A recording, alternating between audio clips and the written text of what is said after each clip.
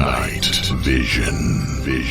Following clues left by our ancestors, we unbury the past to reveal a knowledge of unfathomable value, putting us just a little closer to our own true birthrights. From the secret history of a possible bloodline of Jesus Christ, the secret history of America's founders, to the secret history of extraterrestrial interaction on our planet, here to bring light to the night. Your host for Night Vision Radio, Renee Barnett.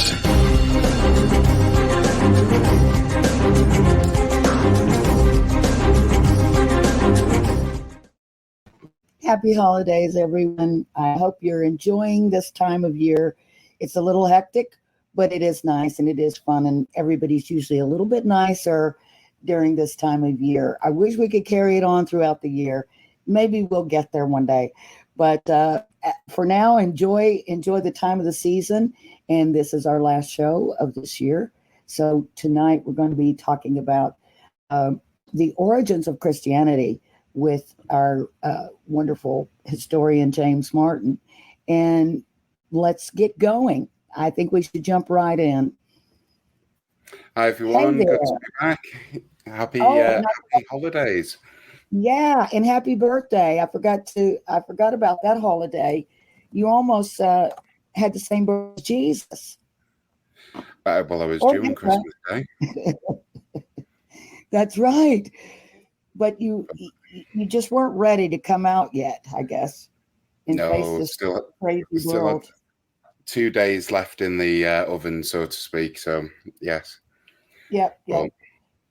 Well, I hope you enjoyed it and all that. I mean, we've got kind of a serious subject tonight, and with a lot of information to cover, and we're going to get there. We may end up, as we were chatting before the show, actually making this a two-part in taking up where we leave off today, because there's a lot of history to cover, and I think it's a really important subject. I was, of course, raised in the South, in the Bible Belt, in the Southern Baptist Church, and some of the things that we're going to be talking about tonight were never spoken about, hadn't heard of it, particularly in regards to how the original religion or the Christian denomination became into being. What happened? There were a lot of disparate groups around, a lot of similar groups around. But how was it that, these people got together and determined, that we're going to go for this Christianity and the divine nature of Jesus Christ? But we're going to start a lot earlier than that. I'm assuming, since I know James very well. So, because it really did start early on. You kind of have to understand what happened before to understand what happened at the formation of the church. Yeah, I mean, so a lot of this research has been born out of my second book, which is currently being written, which is around the downfall of the Knights Templar. So obviously, with it being me, I've started in ancient Rome, which is an unusual place to start. But I suppose it's, you've got to understand why the Templars were doing their stuff. And as such, they're starting with the origins of Christianity. And I have to say, there was a lot of stuff that came out that I just didn't know about. I wasn't brought up with any religious upbringing, so I've relied heavily on asking, you, Renee, and others who did, can you tell me a little bit more about, Priscilla, for example? And I've been met with who? Sorry, Priscilla. Now, I do have to say that, I'm not a biblical scholar, so there may be things that other Christians learned that I'm just not aware of. But honestly, I don't think Priscilla was prominent in anybody's Christian upbringing, along with a lot of other things. No, and I think it's a really good place to start that with. You know, I'm not a biblical scholar either. I'm just looking at this from as much history as I can. I mean, I suppose, you know, let's start like David Copperfield. You know, I was born, I lived, I died, that kind of stuff. But Christianity obviously has its origins with the death of Christ.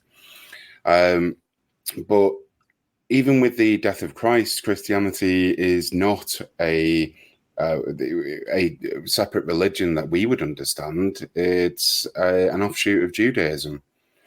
The disciples are very much Jewish, and there isn't really a separation in anyone's minds at the time. During the early Roman Empire, no one really thinks that you know, they're a separate religion. And so I think that's, you know, that's pretty much where we need to begin, which is in the Middle East, in the eastern part of the Roman Empire. Just to give a bit of context in terms of belief systems, Judaism had been well established in the Middle East. You have a polytheistic, a pagan, if you really want to, Roman pantheon. A lot of the Middle East are Greek speaking, and that's due to the colonies that the ancient Greeks had established in the Middle East around Turkey. So it's what we call Hellenic. That just means Greek. The Roman belief system, we tend to think that, you know, it is about belief. It really isn't. What, you know, when we see all these different gods of Jupiter, Mars, etc., Mercury, it's not a case of they believe, you know, it's some sort of hope that they exist, you know, and some sort of afterlife or anything like that. It's a absolute acceptance. These gods are with us, and actually it's pretty contractual. To the average Roman, you have a contractual obligation. A sacrifice here will give you better trade, or it'll improve your business. You know, it's nothing about you know, praying and hoping that something changes. It's just very contractual. And if the sacrifice that you've made, you know, whether that's money or something else, hasn't resulted in something beneficial for you, you've just not sacrificed in the right way, or maybe to the wrong god. But it's very contractual, you know, and I think that it's very difficult for us to sort of get into that mindset. It's not like a belief in our way. It's very much like there's a tree over there. You know, I can see the tree, and that tree is, you know, has been produced by gods. And people obviously had their favorite gods. And the Middle East. Was it sort of like, you know, how in, you know, Christianity, especially in the Roman Catholic Church, they developed, you know, favorite saints and patron saints? Was there sort of a patron god to that people would particularly feel close to, or that was watching over them? Is that sort of how it was? Yeah, pretty much. So if I'm a trader, the chances are my favorite god, or the god that's going to be associated with me personally, is going to be Mercury. Sitting above Mercury is Jupiter.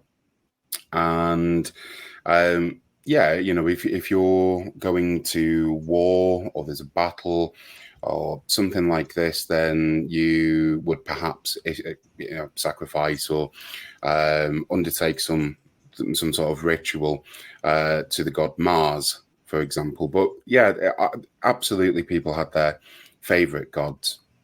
But again, just to clarify, when we're talking about polytheism, we tend to think that, you know, they believed in absolutely all of the gods, and it's not really the case. You know, for example, in northern England on Hadrian's Wall, we see the god Jupiter, you know, the best and greatest, the Jupiter Optimus Maximus, the best and greatest of all gods.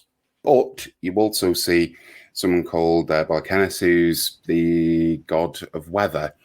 And I just think that, when those poor legionaries stood on Hadrian's Wall, in sort of -4 or 5 degree temperature, probably gives you an idea as to why they've gone, please, the local weather god, can we have some warm weather, and all of this. But it's very contractual relationship with the gods. They do exist. They're there. It's not about believing them. It's as real as a tree is for us. And I think that's really important to start off with. There is a general move also in the period around about 90 to 100 AD of sun god worship. What would later develop into something called Sol Invictus, the sort of invincible sun, unconquerable sun, that kind of stuff. There's in the Middle East a explosion of different cultural ideas, from Zoroastrianism, a very ancient religion. Some could argue one of the first. You had a group of people who followed Mani. They're known as Manichaeisms. Manichaeists, we'll speak about them later, no doubt. You have Greek gods, Roman gods, you have Judaism, it's a real cultural melting pot. And I'm just going to tacitly accept that Jesus, is historical and, did exist. So, we'll just go with that. But in the time of Jesus, that's this melting pot. Judaism had been established for quite a long time. And it was an area, because of these cultural mixes, that Judaism, it was felt, was assimilating too much into various conquering empires.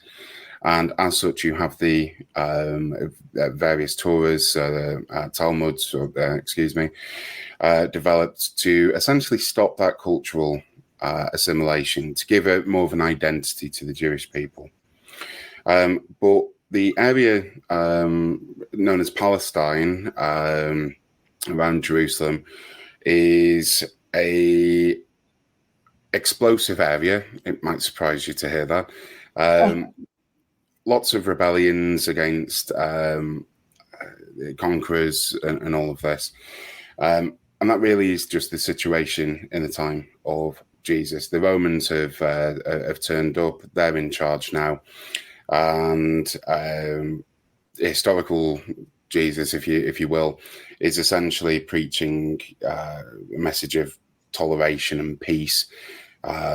He seems to have accepted that the Romans were were in charge. He didn't seem to have a problem with paying Roman taxes, for example.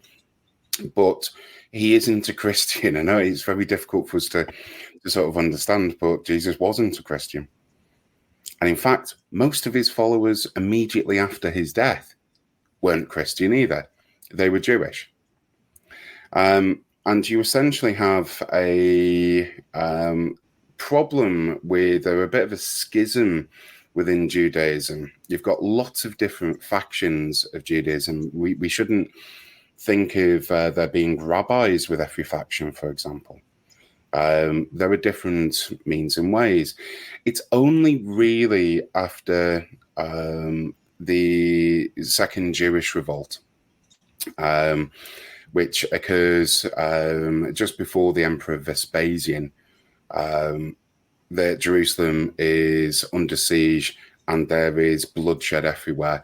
At the outcome of the capture of Jerusalem and the subjugation of the rebellion, which really forms because of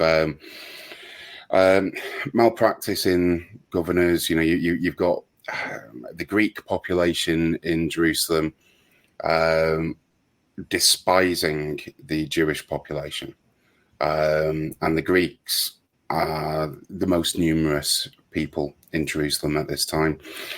They don't approve of circumcision. They don't approve of some of the bizarre rituals from their perspective that are undertaken in temple, for example. And you see a lot of defiling of Jewish religious buildings. This, on top of taxes and all of that, leads to this rebellion. The conclusion is, if you're going to rebel against Rome, what do you think is going to happen? The outcome, not just of the destruction of the temple, but also the recapture and quashing of this rebellion, really led to two outcomes. One, rabbinic Judaism, but also a beginning of an identifiably separate sect of Christianity. And it's really from then, roughly 90, 100 years after the death of Christ, that Christianity can be said to be a separate religion. And now, you spoke about, Zoroastrianism and other things, and about the Jewish people, and all the followers of Jesus were Jews, and Jesus was as well.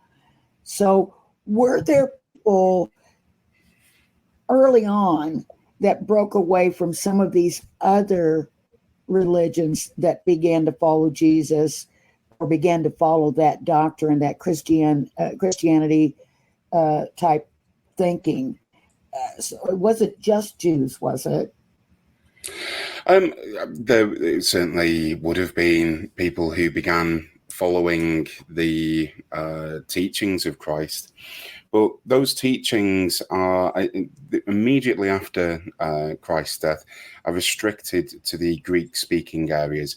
And as I've just outlined, the problem here is, it goes to that adage, and I like to say this quite a lot, but roses are red, violets are bluish. If it wasn't for St. Paul, we'd all be Jewish. There's this great debate about circumcision. There's a lot more to it. But essentially, the Greeks find that abhorrent. It's mutilation, and they find it abhorrent. It's very difficult if you're trying to pass the message of Christ, albeit years after his death, to confront and convert people who are established Greek-speaking peoples who believe in the Hellenic pantheon. It's really, really difficult. So the sorts of people who end up following Christ and his teachings initially are slaves.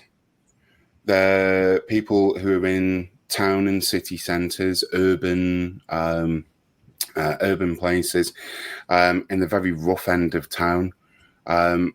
People who don't have a say in things, so younger people, women especially. I know we're going to come on to the role that women played later in the show. But essentially, these are not moneyed classes. They're not even farmers. These are, well, according to Roman sources, the sort of layabouts of society, the great unwashed, as it were. So it's very difficult. Very, very difficult for us to sort of consider that there isn't this huge hurry for people to start following the teachings of Christ immediately afterwards. And it is very difficult. But there isn't any persecution. There's relative toleration of this Jewish sect. And the separation between Judaism and Christianity following the rebellion, as I've mentioned, actually could probably argued comes down to tax.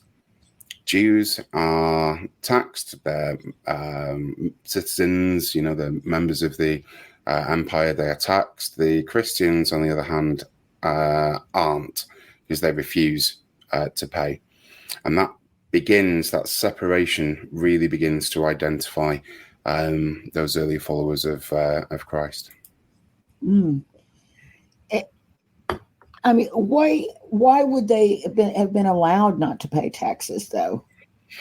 Well, they weren't. strictly speaking. So were there repercussions for that?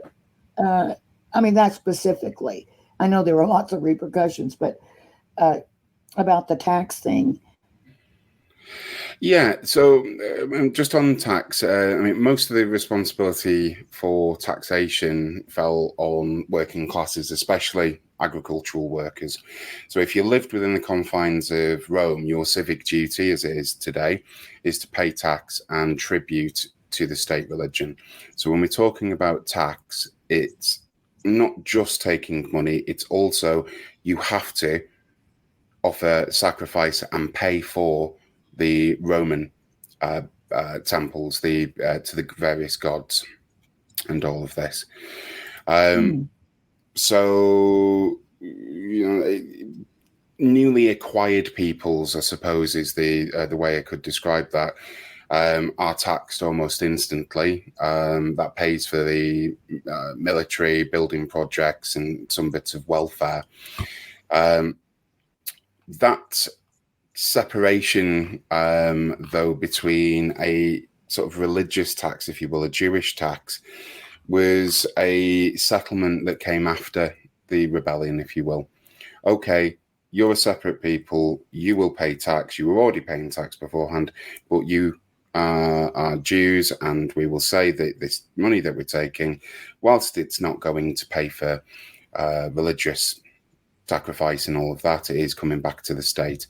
Christians, the early Christians, were a pain to the Roman state, because they, as I say, they were refusing to do so, and all of this. We have a question from the chat room. Genghis Khan wants to know if James, any comments on the lost years of Jesus, those years when he was young and they just seem to be missing from the Bible. I know a lot of people feel he was traveling. There's some evidence, or at least a lot of people believe that he was in India during that time. I actually have a friend, a film producer here in LA, who produced a film called Jesus in India, and it's a great film, just for food for thought. Ginga, if you want to check that out. But what about you, Jay? Do you have any ideas on that, or did that come up in this area of research? Yeah, it absolutely did. I mean, my suggestion is, when we get to the role of women in the early church, which is going to surprise a lot of people, because most of the spread of Christianity is undertaken by women, not necessarily by men, which is odd. In the Mediterranean world, women are the chattel of men. They're capital educated. They don't have any real say in life. There are some exemptions in the Roman world, but women don't really have too much by way of right. So it is unusual when we see women as priests, as deacons, and all of this. Without skipping ahead too much, James, further back, were earlier on in the Jewish religion, were there female rabbis ever, or did they start out just? Yeah, there certainly were. The different sects of Judaism before the taking of Jerusalem and the subjection of the area, where you had different Jewish sects, absolutely. Absolutely. What comes out of that is the end of those sects. The two survivors from the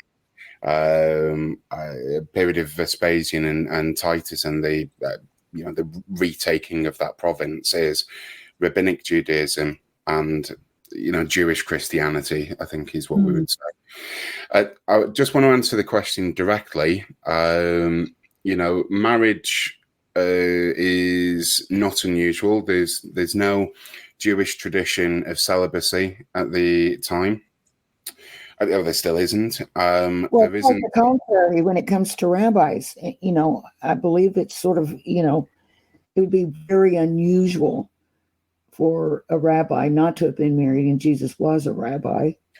Well, it's not just married; it's also with kids, and you see a lot of examples of this in the Bible. We will come to it.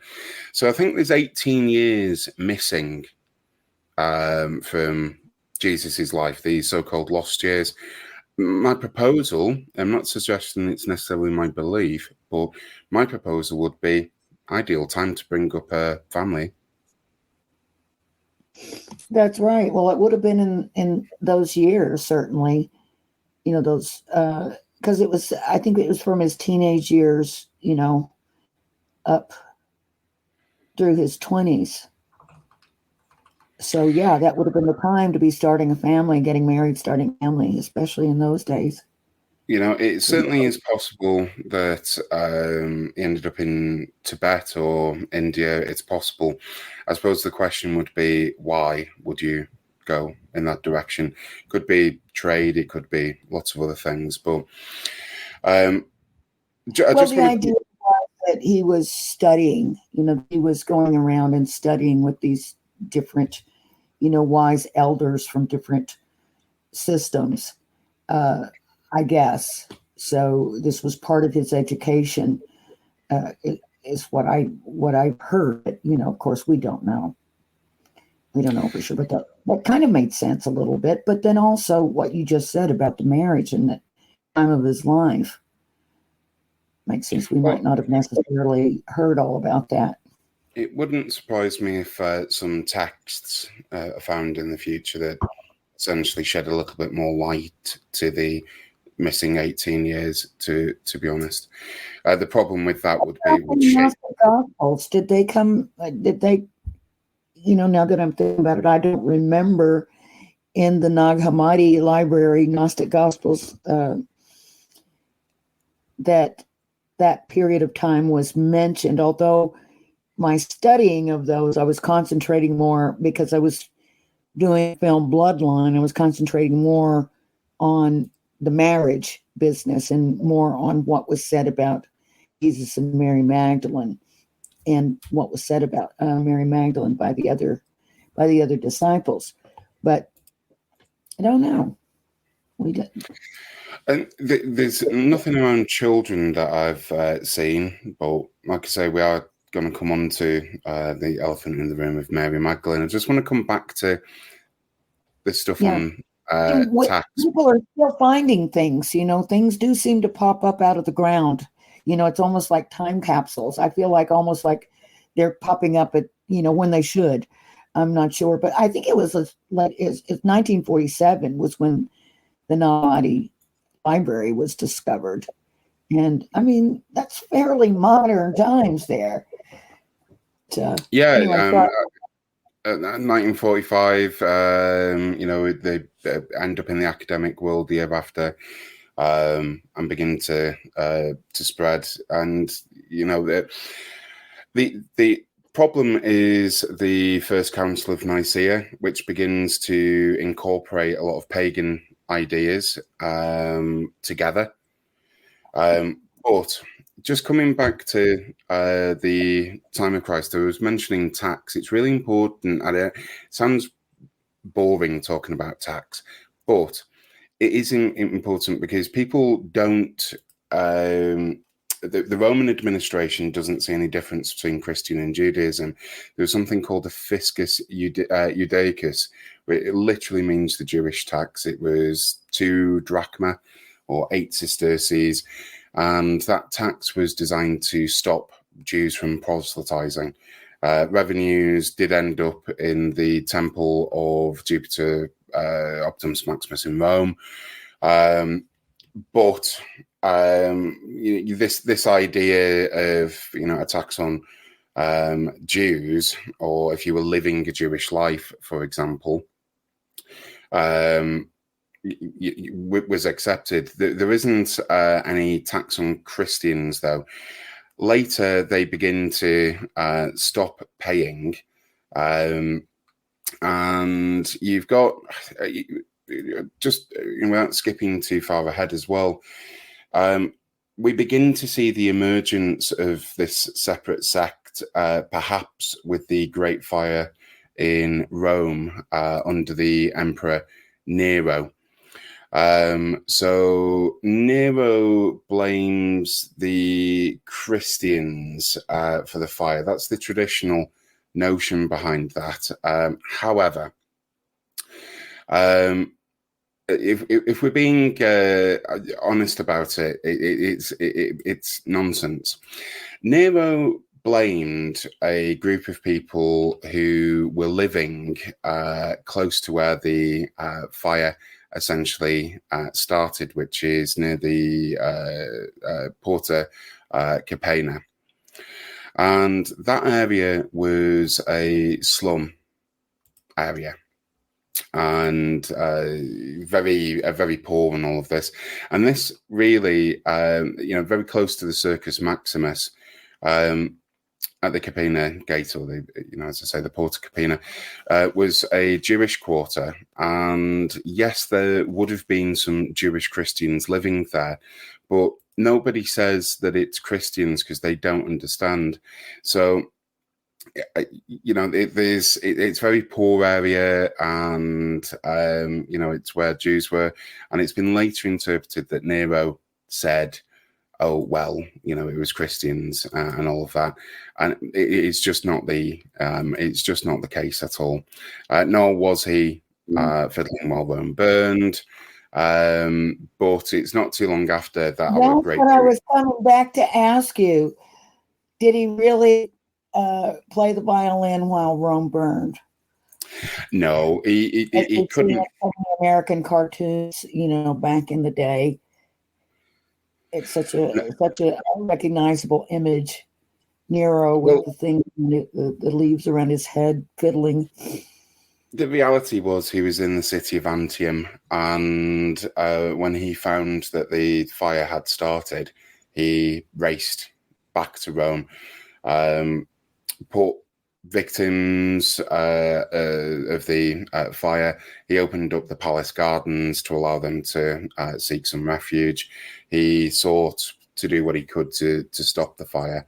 And this is based in historical evidence. I mean, what happened afterwards is, he certainly lost the plot and ended up wanting to build everything out of marble, which is really useful when it rains.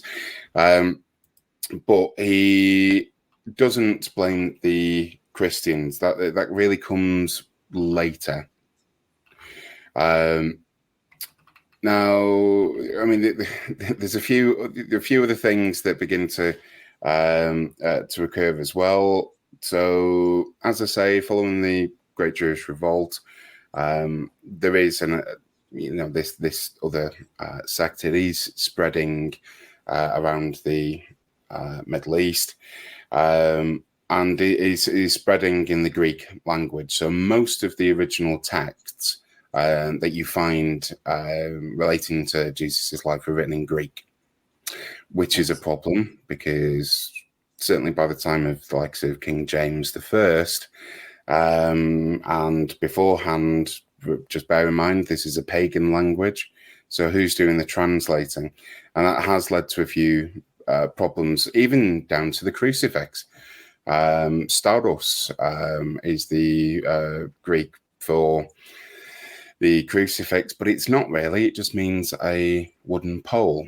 So the chances are that Jesus didn't die on a cross or anything that's cruciform, but actually on a wooden pole, if indeed he was killed in that manner. Another controversy. Did he though, or did anybody? Was there a substitution, or did it just not happen? That is for another show, definitely. There is a lot on that. Just on so people will have read about the James. We've had another person joining us in studio. I'm so sorry. I forgot to put my puppy dogs away, so I've got Spiky here. Forgive me. Well, just quickly on some people will have heard of the James I Bible. Well, James I does a little bit of an experiment to find out the true divine language, and he puts three orphans and a woman onto an island in the middle of the Firth of Forth to try and establish what the true language or true divine language of humanity was. The woman was deaf and mute, and the island was called Inchkeith in the Firth of Forth. And the woman was asked to raise the infants until they got to an age in which they could talk. Now, in terms of credible records, there isn't too much on this, but Robert Lindsay, who's around in the 16th century, suggests that the language that the children were speaking was in fact Hebrew. So again, that's coming back to the Jewish roots of all of this. The main issue that you've got in early Christianity is there's no doctrine. There's no religious doctrine. There are some popes, but how much influence do they really have? It's not a cohesive belief system, and this belief system has lots of interesting influences. So, for example, we might have heard of the Mithraic tradition. And Mithras, or the belief of Mithras, comes from the Far East, actually. There's certainly a lot of borrowing from early Christianity. Now, Mithras was a religion that's really popular in the Roman military and with certain aristocrats. And it is a kind of sun worshipping cult, although Mithras often depicted with half a sun around his head. It's widespread in the Roman military, and you have an occupation of the Middle East by the Roman military. So, I mean, the first of the first thing to note about Mithraism is to do with the idea that Mithras, like Christ, is seen as a divine savior. He's born of a virgin. Well, he's born of a rock. Mithras, born of a virgin too. Well, at least, they share a birthday. Well, I think Jesus's birthday got switched. It did, because the 25th of December, I often say Happy Mithras, everyone, because that was Mithras's birthday. The New Testament refers to Jesus as the water of life, and Mithras is referred to as the fons perennis, which means the ever-flowing stream. As we've just said, his birthday is on the 25th of December. Now, Jesus' birthday changes quite a lot over the millennium after his death. You've got the central part, which is the bull, which, the all-knowing bull, found in a cave. Mithras drinks from the blood of the bull to attain full knowledge and all of this. The bull's meat is shared with Sol Invictus, something that Constantine the Great would believe in. No evidence that Constantine actually converted to Christianity, but he believed in a single sun god, and this is essentially what we end up with. Just a note on this: Christianity in this period it might be monotheistic, but just think about it. If you're a Christian, is it really monotheistic? The Holy Trinity, for example, is celebration of three members of the divine. And early Christians didn't declare any of the other gods, by the way, as being non-existent. They just started to refer to them as demons, which don't have our modern connotation. They're just, something that we don't believe in anymore. The origin of angels, for that matter, actually comes from old Celtic gods and old pagan gods. Brigid of Ireland becomes Saint Bridget. Mm-hmm. So there's a lot of borrowing going on, and there are a hell of a lot of similarities with Mithraism. And those, just for later argument, who followed Mithras were known as the Syndexioi, those united by a handshake. So perhaps some Freemasonic. Very Masonic, yeah. So, yeah. Women in the church? Yeah. I'd love to hear that. Now, in your research outside of the Nag Hammadi library, did you find indications of a different story about Mary Magdalene? I know a lot of people are interested in her. Certainly we see it in the Nag Hammadi library. There's the Gospel of Mary, and I think it's the Gospel of Philip, where they talk about her and her relationship with Jesus and how close they were and how he told her all his secrets and secret teachings. Ooh, I got this just then. Just kidding. I flipped to the other side. But anyway, did you find any other indications of that, before you get into any of the other women? Yeah. So again, context. Christianity is beginning to separate from Judaism. There's beliefs in the teachings of Christ. The notion of whether Christ is divine or not is not established.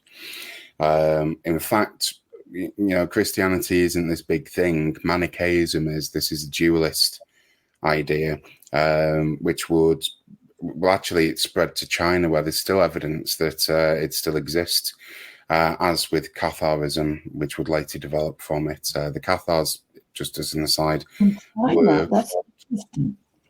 That's a good thousand. Is it still called Manichaeism, or is it have they just adopted that and they call it something else in China? Well, they were called Manichae, and it was called something else in China. I was reading about that earlier today. Oh wow, that's so interesting.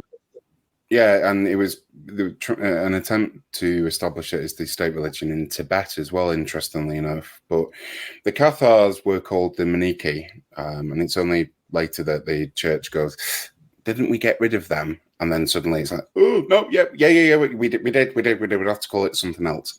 But that belief system really is the head honcho. And when we talk about the persecution, such as under Diocletian, of non-Roman state religion beliefs, Judaism, Manichaeism, Christianity. Manichaeism is the biggest of those beliefs. They believe that Jesus is an apostle. So really, that persecution was heavily focused on the Manichaeists. To come back to the Mary Magdalene issue, sort of needs a little bit of context as well.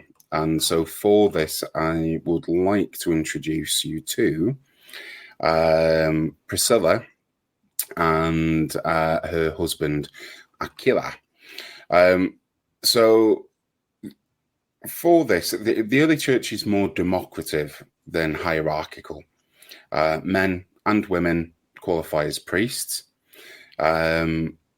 Something that the Romans found essentially disgusting. How dare women be liberated? It's Christianity is a religion of women and slaves and all of this. But we can't overlook these people. So, okay, Priscilla, she's one half of a power couple, husband and killer. supported Paul in proselytizing and all of this.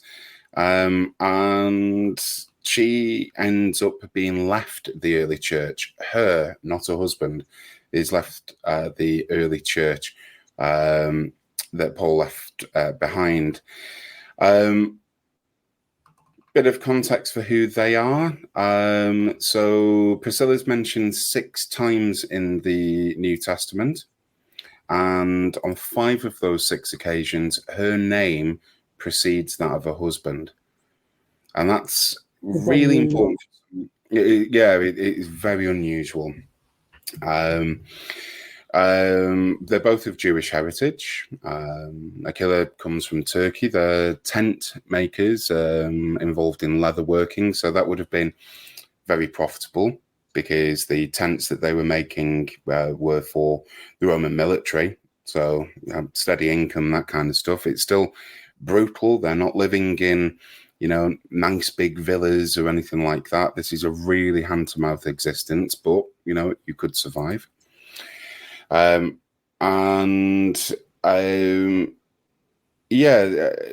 equality that's depicted about them between the couple is certainly odd.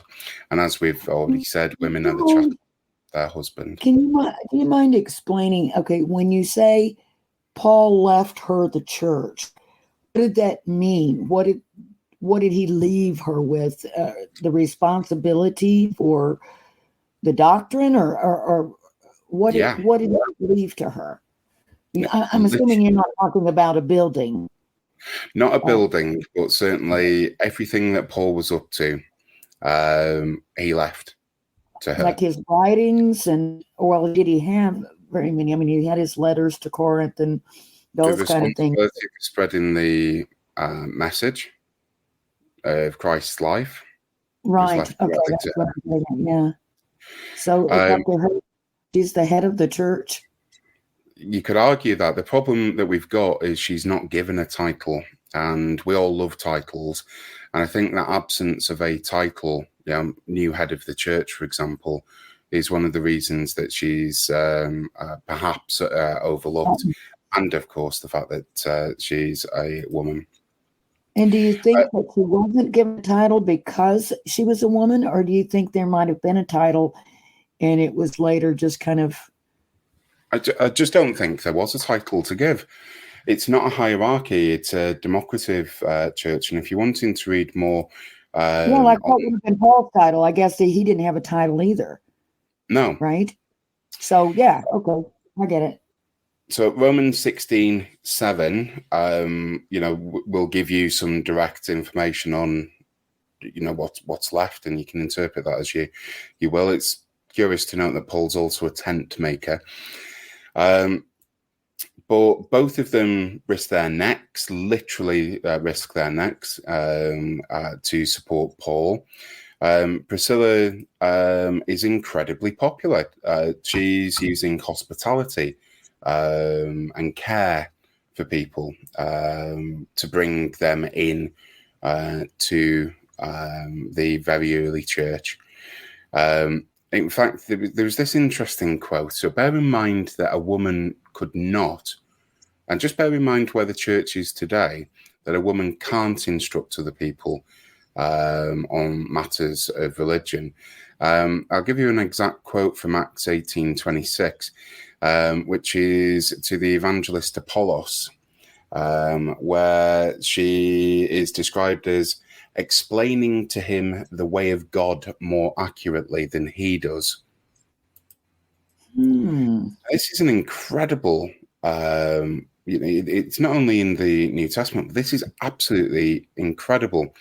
That's very similar to in the Nag Hammadi, where they saying that Jesus, imparted his secret teachings to Mary Magdalene because she understood them better than the other disciples.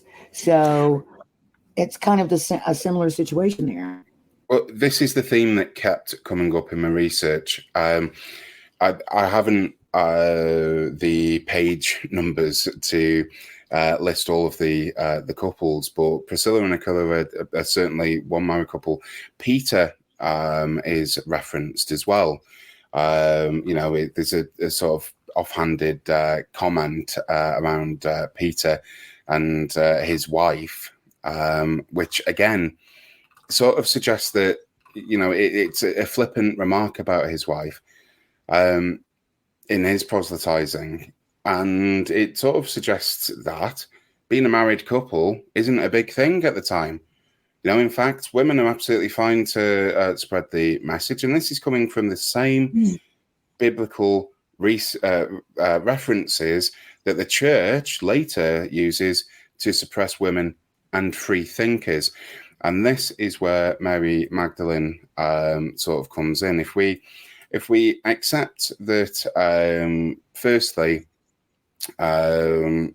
Jesus, a married couple, I mean, it would be more unusual for Jesus to be celibate. In fact, that would have been remarked on.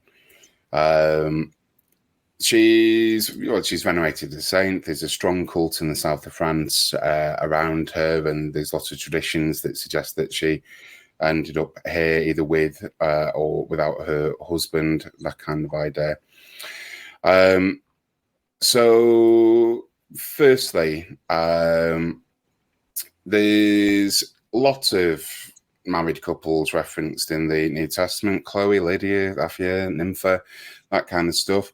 There was the story of Saint Thecla. I don't know if anyone's come across Thecla. Yes, I have run across Thecla.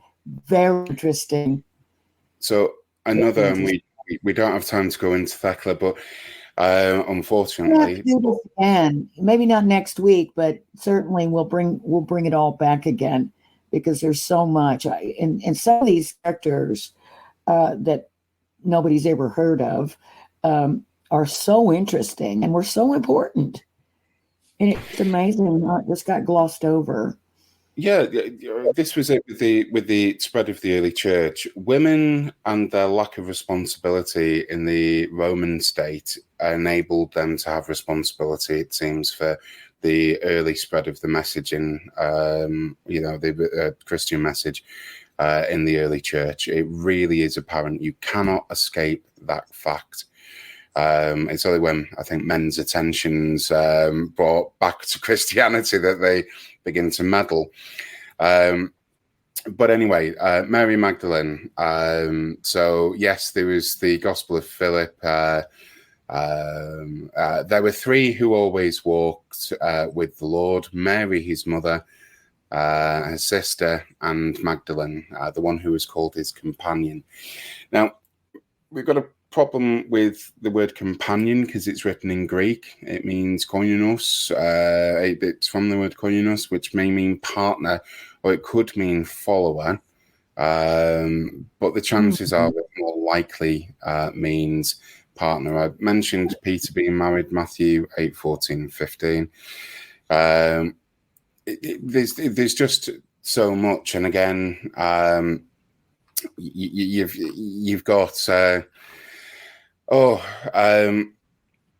This tradition, just sort of new evidence to add to the story, actually came from looking at some Latin documents in the 13th century, from the 13th century. I'm not a time traveler.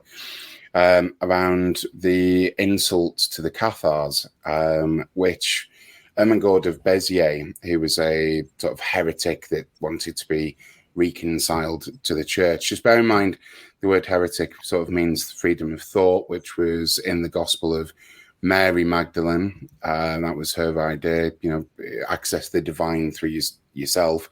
Can't have that. But Ermengarde of Béziers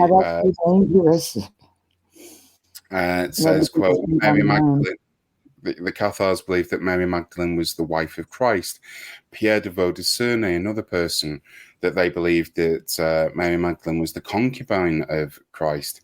So this notion of a marriage is still very much alive over 1,000 years later in southern France, and is still being used by the church to discredit. I mean, her central role. I mean, just coming back full circle with the women in the church, you just can't escape them. Women are present at the birth, throughout the life, and are absolutely at the death of Christ, and played a huge role in the spread of that religion. From very difficult upbringings, from tax and all of this, it's been a whistle-stop tour. I can't believe that we've spent our time now, because there was so much more I wanted to talk about. I know. Up to the Council of Nicaea, which begins to bring it all together, the pagan influences. I would love to get into that as well a little bit later, because I think there were some kind of sneaky dealings going on back there in 325 AD with that Council of Nicaea. But I'd like to know what you have to say about it, because I'd like to know if you found the same thing that I have from other sources. I'd like to know if I'm on the right track or not. So we'll bring that up at a later show. But we are down to the last minute, and I just want to say Happy New Year to everybody. And also, I want you to keep your eyes on KGRA, because there's some big changes coming this year. It's going to be great. I can't tell you about a lot of them right now, and some of them I don't even know about myself, but there is a lot going on. You guys are going to see it happening, and so just stick with us, because we're going to have some major announcements. We got some major personalities coming on the station, along with other wonderful things. Oh, Happy New Year, Kathy, in the chat room. In fact, Happy New Year, everybody. Happy New Year. Bye, everybody.